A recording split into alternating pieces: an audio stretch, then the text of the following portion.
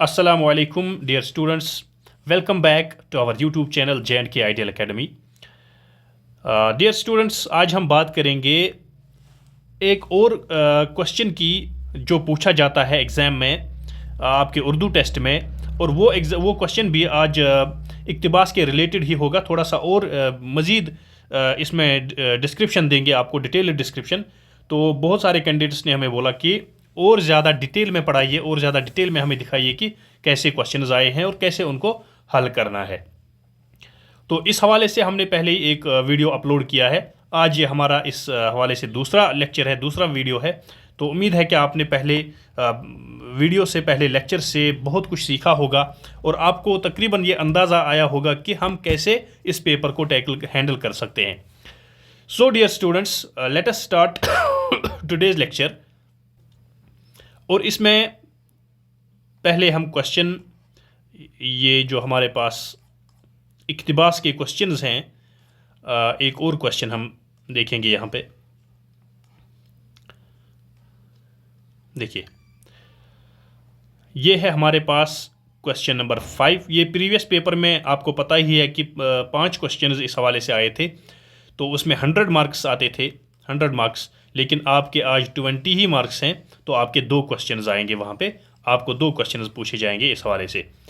तो यहाँ पे हम एक और क्वेश्चन देखेंगे। झैल में दिए गए इक्तिबास का बगौर मुताला कीजिए। देखिए, आपको ये जो पैसेज दिया हुआ है नीचे, इसको पूरा क्लियर अंडरस्टैंडिंग के साथ पढ़ना है, क्योंकि ये जो क्वेश्चन है इसको कहते ही हैं कि ये रीडिंग कंप्रहेंशन है। रीडिंग कंप्रहेंशन का मतलब क्या होता है कि जो भी आप पढ़ रहे हैं, आप वहाँ से कितना आप चीज़ों को अंडरस्टैंड कर रहे हैं, आपकी अंडरस्टैंडिंग लेवल क्या है, ये होता है रीडिंग कंप्रहेंशन का मकसद। इसीलिए आपको लास्ट में क्वेश्चंस पूछे जाते हैं, ताकि ये चेक किया जाए कि आपने जो पढ़ा है, क्या आपको वहाँ से कुछ समझ आया है, क्या आपने वहाँ से जो रिजल्ट्स डिड्यूस करने थे वो कर चुके हैं, आप वो कर सकते हैं आप। तो ये चीज़ देखने के लिए, ये आपका पोटेंशियल चेक करने के लिए, आपकी काबिलियत चेक करने के लिए ये क्वेश्चंस पूछे जाते हैं। देखिए, हमारे पास जो क्वेश्चन है वो यहाँ से स्टार्ट होता है। मौजूदा दौर के गैर सियासी आदमियों में सबसे ज़्यादा शोहरत हेनरी फोर्ड को हासिल है। ठीक है, तो ये हमारा पैसेज यहाँ से शुरू होता है। लेकिन पैसेज को स्टार्ट करने से पहले मैंने आपको एक जो तरीका बताया है कि आप सबसे पहले क्वेश्चंस पढ़ें। ठीक है, क्वेश्चंस आप पढ़ें और क्वेश्चंस को पढ़ने के बाद आप इस पैसेज पे आए, ताकि आपको क्वेश्चंस आपके जहन में रहें और आप इजीली उनके आंसर्स ढूंढ पाएँ। ठीक है, आपको ढूंढने में बहुत आसानी होगी उसके बाद। चलिए फिर क्वेश्चंस देखते हैं हम।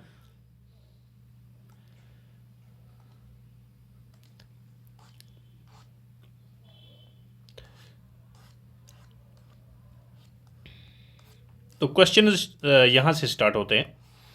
क्वेश्चन नंबर 41, गैर सियासी लोगों में किसे ज़्यादा शोहरत हासिल है? गैर सियासी लोगों में किसे ज़्यादा शोहरत हासिल है? हेनरी फोर्ड को हासिल है, जॉर्ज वाशिंगटन को हासिल है, अब्राहम लिंकन को हासिल है, या इनमें से कोई नहीं? ठीक है, ये एक क्वेश्चन है। अमेरिका में पहली मोटर कब तैयार की गई और इसका ईंधन क्या था? अमेरिका में पहली मोटर कब तैयार की गई और इसका ईंधन, यानी ईंधन मतलब फ्यूल, इसका फ्यूल क्या था? फ्यूल है। तो 1983 ईस्वी में पहली मर्तबा अमेरिका में कार बनाई गई, इसका ईंधन पेट्रोल था। क्या ये आंसर इसका सही है? ये तो हमें पैसेज पढ़ने के बाद फिर पता चलेगा। तो अभी हम क्वेश्चन जहन में रखेंगे। 1883 में पहली मर्तबा अमेरिका में मोटर कार बनाई गई और इसका ईंधन मिट्टी का तेल था। तो पहले ऑप्शन में है इसका ईंधन पेट्रोल था, दूसरे में मिट्टी का तेल। ये चीज़ हम जहन में रखेंगे। तीसरे में 1883 में पहली मर्तबा अमेरिका में मोटर कार बनाई गई और इसका ईंधन पेट्रोल था। यहाँ पे पेट्रोल ही है, लेकिन यहाँ पे डेट डिफरेंट है, तो ये चीज़ हम पैसेज में देखेंगे। 1903 में पहली मर्तबा अमेरिका में मोटर कार बनाई गई और इसका ईंधन डीजल था। ठीक है, तो ये चीज़ें हमें जहन में रखनी है। इसके बाद क्वेश्चन नंबर 3 यानी 43 देखेंगे। हेनरी फोर्ड का वालिद फितरतन कैसा आदमी था? हेनरी फोर्ड का वालिद यानी फादर उसका फितरतन कैसा आदमी था? गरीब आदमी, गरीब और काहिल आदमी था, गरीब लेकिन मेहनती आदमी था, अमीर और मेहनती आदमी था, वालिद तालीम याफ्ता आदमी था। ये 4 ऑप्शंस हमारे पास हैं। इसके बाद क्वेश्चन नंबर 44 देखेंगे, किस वजह से हेनरी फोर्ड दुनिया भर में मशहूर है?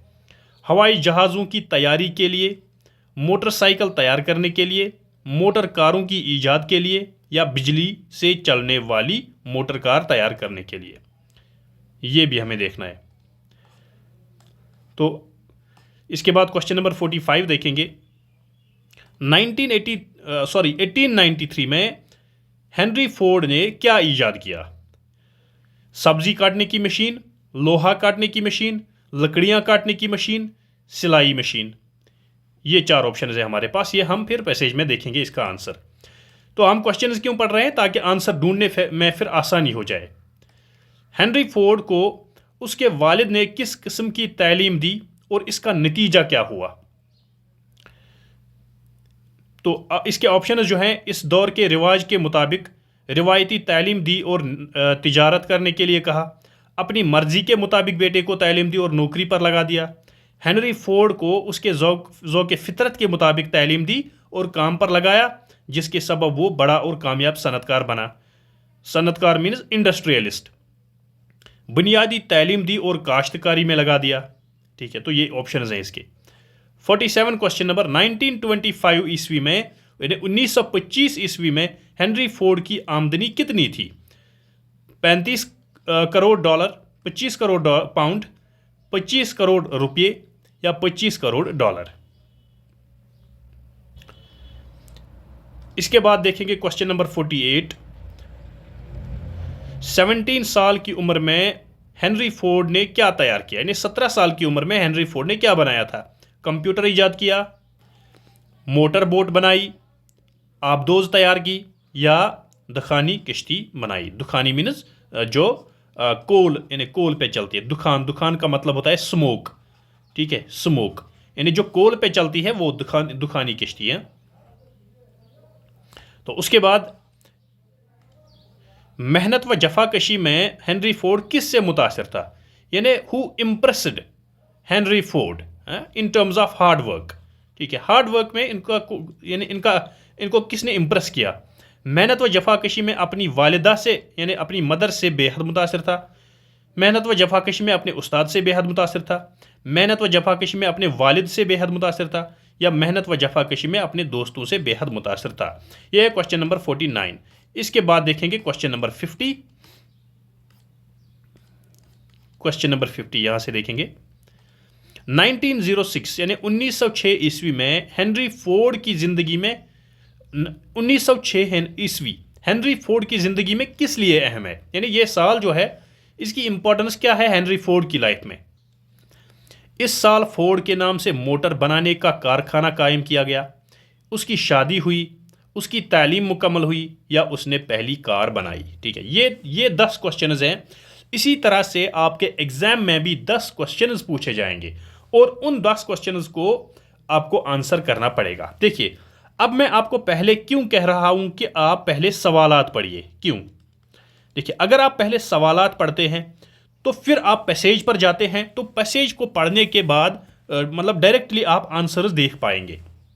अदरवाइज अगर आप पहले पैसेज पढ़ेंगे फिर सवालात पढ़ेंगे, ठीक है, तो फिर आपको दूसरी बार फिर पैसेज की तरफ रुख करना पड़ेगा ताकि इन सवालात के अब मैं जवाब देखूं वहां पे। तो उस तरह से आपके तकरीबन 5-6 मिनट ज़ाया हो जाएंगे, क्योंकि आपके एग्ज़ाम में जो टाइम है वो ज़्यादा मैटर करता है, टाइम मैनेजमेंट ज़्यादा मैटर करती है। बहुत सारे कैंडिडेट्स इसलिए एग्ज़ाम में फेल हो जाते हैं क्योंकि वो टाइम को मैनेज नहीं कर पाते। इसलिए मेरी सजेशन यही है कि आप पहले सवालात पढ़ें और सवालात को पढ़ने के फौरी बाद आप पैसेज पढ़ें। वरना अगर आप पहले पैसेज पढ़ेंगे फिर सवालात पढ़ेंगे फिर से पैसेज में जाना पड़ेगा जवाब ढूंढने के लिए, तो उससे आपका टाइम ज़ाया हो सकता है।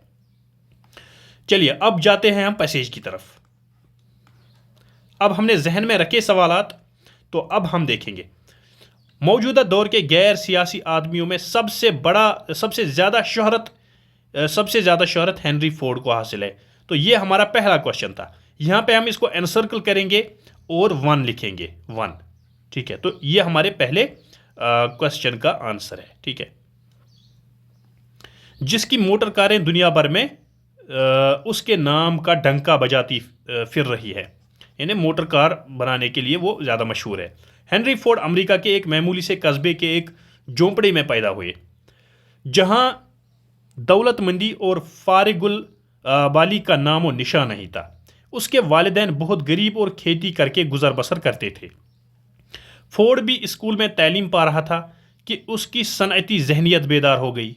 ठीक है, यानी इंडस्ट्रियलिस्ट थिंकिंग उसमें आ गई।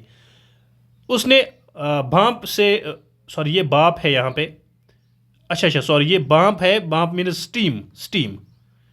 स्टीम। बाप से चलने वाली एक मशीन का मुशाहिदा करने के बाद सनअती तालीम हासिल करने का अज़म कर लिया।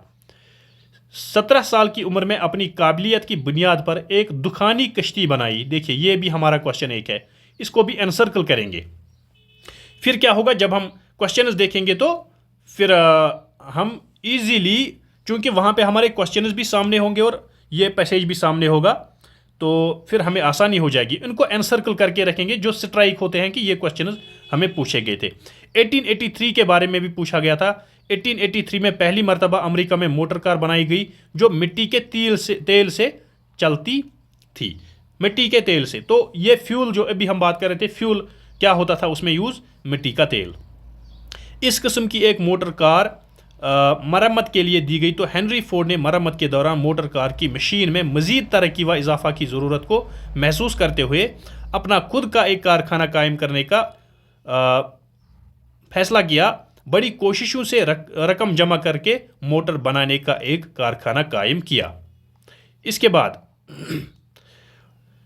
1893 में हेनरी फोर्ड ने लकड़ियां काटने की एक मशीन, देखिए ये भी क्वेश्चन पूछा गया था, लकड़ियां काटने की मशीन तैयार करने के अलावा अपनी सवारी के लिए एक जदीद किस्म की मोटर कार तैयार की, जिसे देखकर लोग हैरान हो गए। 1896 में उसने एक ऐसी तेज़ रफ्तार मोटर तैयार की जिसने दौड़ में अमेरिका की दूसरी मोटर कारों को हरा दिया। इस कामयाबी से हेनरी फोर्ड की हिम्मत बढ़ी और 1906 में, ये भी क्वेश्चन में पूछा गया, 1906 में उसने फोर्ड के नाम से मोटर बनाने का कारखाना कायम किया, जिसके बायस वो अमेरिका का अमीर तरीन आदमी बन गया। 1925 में सिर्फ 20 साल की उम्र में, ये भी क्वेश्चन में पूछा गया 1925 के बारे में, मुख्तसर अरसे में उसकी सालाना आमदनी कितने, 30 करोड़ डॉलर। ये क्वेश्चन पूछा गया था कि उसकी आमदनी कितनी थी 1925 में, 30 करोड़ डॉलर और महफूज सरमाया की मिकदार 2 अरब डॉलर थी। हेनरी फोर्ड मेहनत व जफाकशी में अपने वालिद से बेहद मुतासिर, ये भी क्वेश्चन में आया था, अपने वालिद से मुतासिर था। ठीक है, हेनरी फोर्ड के मुताबिक उसका वालिद गरीब लेकिन मेहनती आदमी था, गरीब लेकिन मेहनती, ये भी क्वेश्चन में पूछा गया था। तो ये सारी चीज़ें, इनको हम एनसर्कल करके रखेंगे ताकि फिर हमें आंसर ढूंढने में आसानी हो जाए। वो अपनी मेहनत की थोड़ी सी कमाई को मुफ्त की दौलत से बेहतर समझता था। उसने हेनरी फोर्ड का फितरी रुझान को मालूम करके उसके ज़ौक़ुल फितरत के मुताबिक तालीम दी और काम पर लगाया, जिसके सबब वो आगे चलकर इतना बड़ा और कामयाब सनतकार बना। ये भी क्वेश्चन में आया था। देखिए, इन सभी चीज़ों को जब हमने एनसर्कल किया, अब हम जब क्वेश्चंस देखेंगे, ठीक है, क्वेश्चंस जब हम देखेंगे तो ईजिली हम एनसर्कल्ड वाली जगहों पर देखेंगे तो वहाँ पे हमें आंसर खुद ब खुद मिल जाएगा। गैर सियासी लोगों में किसे ज़्यादा शोहरत हासिल है, हेनरी फोर्ड को हासिल है, तो हो गया एक क्वेश्चन। अब बहुत ईजी है, बहुत ईजी है। अब अमेरिका में पहली मोटर कार कब तैयार की गई और इसका ईंधन क्या था, तो इसका आंसर है 1883 और इसका तेल, मिट्टी का तेल इसका ईंधन था। ठीक है, हो गए 2 क्वेश्चन। तो इसी तरह से आप फिर हेनरी फोर्ड का वालिद फितरतन कैसा आदमी था, गरीब लेकिन मेहनती आदमी था। देखिए ये एक आंसर है इसका। तो इस तरह से आप ये पैसेज हल कर सकते हैं। क्वेश्चन नंबर 4, किस वजह से हेनरी फोर्ड दुनिया भर में मशहूर है, इसका आंसर मोटर कारों की ईजाद के लिए दुनिया भर में मशहूर है। तो आपने पहले ही पढ़ा कि मोटर कारों की ईजाद के लिए। ठीक है, इसके बाद क्वेश्चन नंबर 45 हम देखेंगे, 1893 में हेनरी फोर्ड ने क्या ईजाद किया। तो उन्होंने लकड़ियाँ काटने की मशीन, जो अभी हमने देखा पैसेज में देखा है। उसके बाद देखेंगे हेनरी फोर्ड को उसके वालिद ने किस किस्म की तालीम दी और इसका नतीजा क्या हुआ। तो इसका भी ये आंसर है, हेनरी फोर्ड को उसके ज़ौक़ फितरत के मुताबिक तालीम दी। ये लास्ट लाइन में आपने अभी पढ़ा, देखिए मैं फिर से दिखाता हूँ आपको। लास्ट लाइन में ये देखिए, ये फोर्ड के फितरी रुझान को मालूम करके उसके ज़ौक़ फितरत के मुताबिक तालीम दी और इस काम पर लगाया जिसके सबब वो आगे चलकर इतना बड़ा और कामयाब सनतकार बना। देखिए यहाँ पे आप देख सकते हैं, हेनरी फोर्ड को उसके ज़ौक़ फितरत के मुताबिक तालीम दी और काम पर लगाया जिसके सबब वो बड़ा और कामयाब सनतकार बना। तो ये सी पार्ट इसका राइट आंसर है। बहुत ईजी है, बहुत ईजी है ये। 1925 में हेनरी फोर्ड की आमदनी कितनी थी? तो इसका राइट आंसर जो है 35 करोड़ डॉलर। ये भी सॉरी, एक बार फिर हम देखते हैं 1925 में हेनरी फोर्ड की आमदनी कितनी थी। यहाँ पे अभी आपने पढ़ा, ये 1925 में सिर्फ 20 साल की उम्र में मुख्तसर अरसे में उसकी सालाना आमदनी 30 करोड़ डॉलर, 30 करोड़ डॉलर यहाँ देख सकते हैं। लेकिन यहाँ पे कोई ऑप्शन ही नहीं है, तो आई थिंक ये गलत क्वेश्चन है। यानी क्वेश्चन मतलब ये डिस्कार्ड हुआ होगा उस टाइम, डिस्कार्ड, ठीक है। तो ये क्वेश्चन गलत है क्योंकि 30 करोड़ इसका आंसर है, लेकिन यहाँ पे ऑप्शंस में कोई भी 30 करोड़ वाला नहीं, ऑप्शन नहीं है। तो ये क्वेश्चन यहाँ पे गलत दिया गया है। 17 साल की उम्र में हेनरी फोर्ड ने क्या तैयार किया? तो मोटर कौन सी बनाई? मोटर बोट, कंप्यूटर ईजाद किया, आबदोज तैयार की, दुखानी किश्ती। ये देखिए, ये इसका राइट आंसर है। मेहनत व जफाकशी में हेनरी फोर्ड किससे मुतासिर था? तो पता है कि अपने वालिद से बेहद मुतासिर था। ये इसका राइट आंसर है, सी पार्ट, ठीक है। और इसके बाद क्वेश्चन नंबर 50 देखेंगे हम। 1906 हेनरी फोर्ड की ज़िंदगी में किस लिए अहम है? क्योंकि इस साल में फोर्ड ने अपने नाम से एक मोटर का बनाने का कारखाना कायम किया, ठीक है। तो ये इसका राइट आंसर है। तो इस तरीके से आप ये पैसेज को हैंडल कर सकते हैं, पैसेज को आप अच्छी तरह से टैकल कर सकते हैं।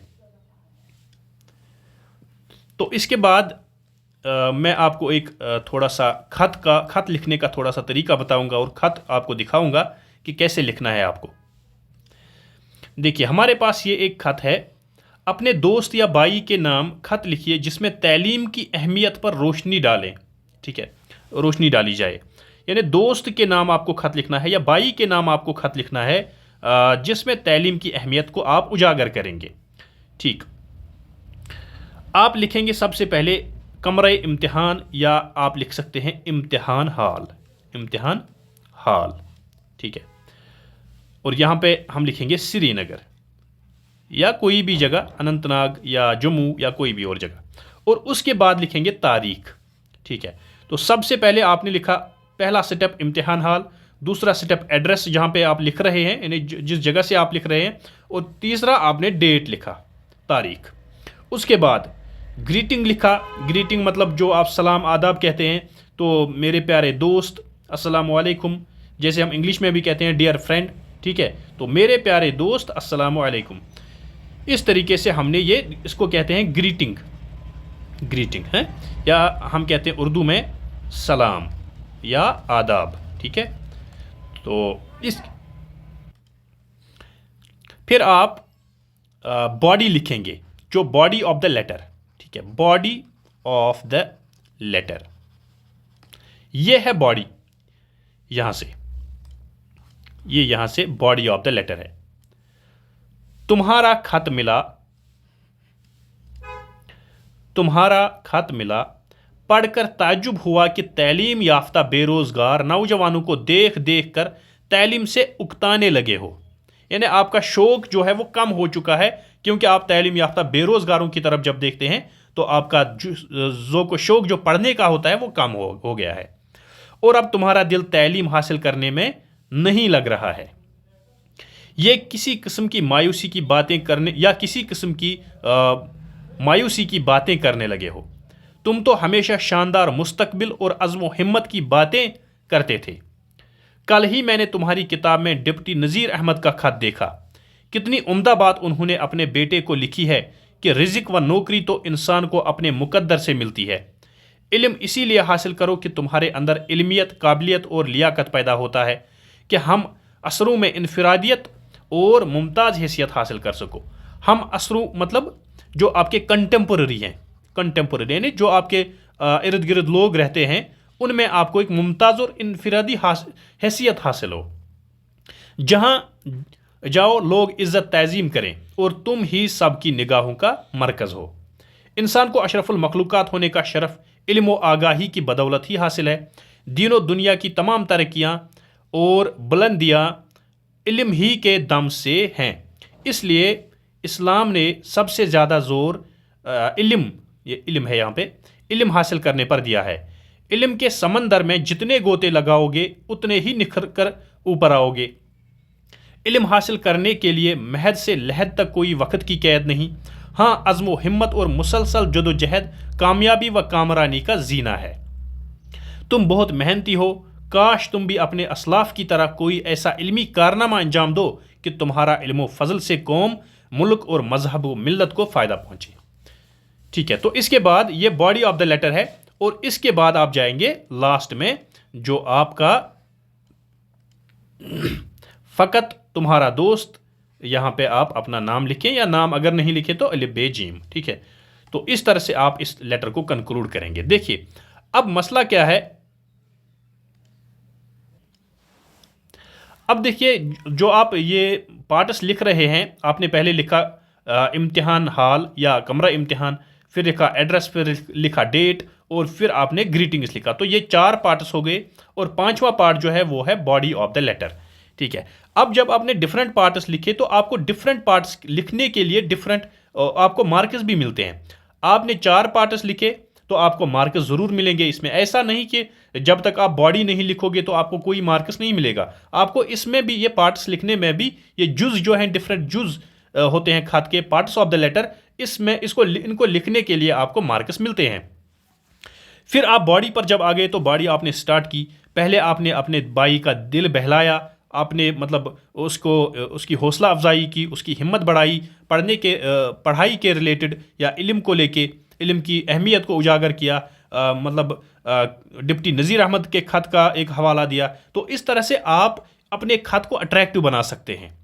और अगर इसके अलावा किसी और किस्म का ख़त भी आता है आपके एग्ज़ाम में तो उसमें भी आप कोशिश करेंगे कि मुख्तलिफ हवालाजात देकर, मुख्तलिफ रेफरेंसेस को कोट करके आप अपने ख़त में लिखेंगे, क्योंकि इस तरीके से आपका ख़त जो है, आपका लेटर जो है वो अट्रैक्टिव बन जाता है। और यही अट्रैक्टिव ख़त होता है जो आपके एग्जामिनर को इम्प्रेस करता है और आपको अच्छे मार्क्स मिलते हैं। तो मुझे उम्मीद है कि आपने आज का लेक्चर जो है बहुत ही एंजॉय किया होगा और आपने समझा होगा कि किस तरह से हमें रीडिंग कंप्रहेंशन वाले क्वेश्चन को हैंडल करना है और किस तरह से हमें लेटर राइटिंग को, यानी खतूत निगारी के क्वेश्चन जो है जहाँ पे हमारे 3 खत आएंगे उनमें से एक लिखना है, उसको कैसे हम हैंडल कर पाएंगे। तो दोस्तों हमारा जो डिस्कशन है प्रीवियस ईयर क्वेश्चन पेपर का वो जारी रहेगा, वो कंटिन्यू रहेगा जब तक हम ये प्रीवियस पेपर डिस्कशन मतलब प्रीवियस पेपर जो है ये कंप्लीट नहीं करेंगे, तब तक ये सीरीज़ जो है ये जारी रहेगी, ताकि आपको एक पूरा क्लियर अंडरस्टैंडिंग मिल जाए कि कैसे हम आने वाले पेपर को टैकल कर सकते हैं, कैसे हैंडल कर सकते हैं। तो इसके साथ ही आज मैं आपसे इजाज़त लेता हूँ। इंशाअल्लाह अगले वीडियो में आपके साथ फिर से मुलाकात होगी। तब तक के लिए अल्लाह हाफिज़।